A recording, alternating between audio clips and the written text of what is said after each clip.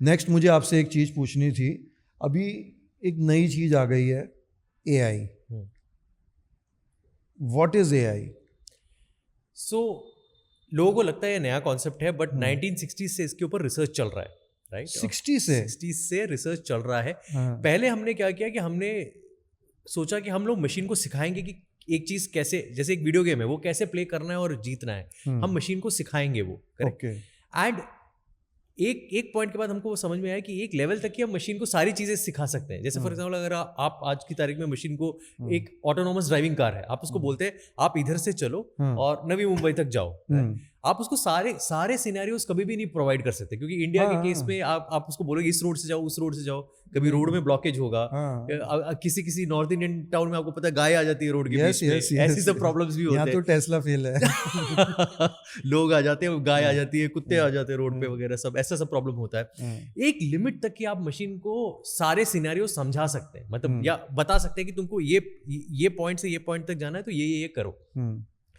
उन्होंने फिर समझा कि एक काम करते हैं हम लोग मशीन को सारे जो भी हमारे पास अवेलेबल सिनेरियो है, और ये हुआ 1990s के बीच में जब कैस्परोव करके वर्ल्ड का बेस्ट चेस प्लेयर था। तो आईबीएम ने एक मिशन डिसाइड किया कि एक प्रोजेक्ट टीम बनाया, बोला कि हम इसको वर्ल्ड के बेस्ट चेस प्लेयर को हम लोग हराएंगे।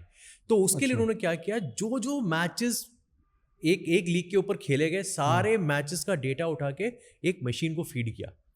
और वो फर्स्ट टाइम हुआ कि एक मशीन ने वर्ल्ड चेस चैंपियन को हराया, क्योंकि उसके पास सारे सिनेरियोज डेटा फीड करके दिया गया सारी टेक्निक उसको पता थी। हाँ, उसको पता है कि ये मूव उस साल इस आदमी ने खेला था, उसके बाद वो हारा था, तो मैं ये नहीं करूंगा।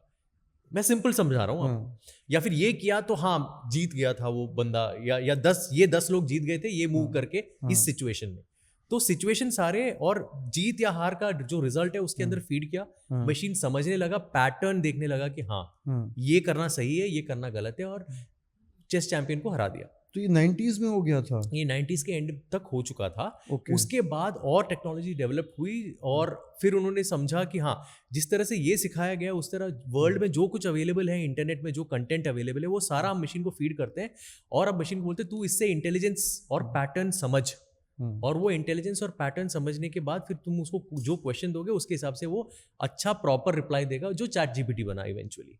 तो ये 90s में हाँ हुआ और मतलब 2000 मतलब 15-20 साल और वो टेक्नोलॉजीज, तो उसके बीच में मशीन्स को ट्रेन किया गया कि आप किसी गेम में चैंपियंस को हरा सको। बट उसमें सब वही था कि उसको डेटा फीड किया गया और उसको बोला तू पैटर्न समझ और इस पैटर्न के हिसाब से डिसीजन ले ले, ठीक है? उसके हिसाब से वो जीतने लगा।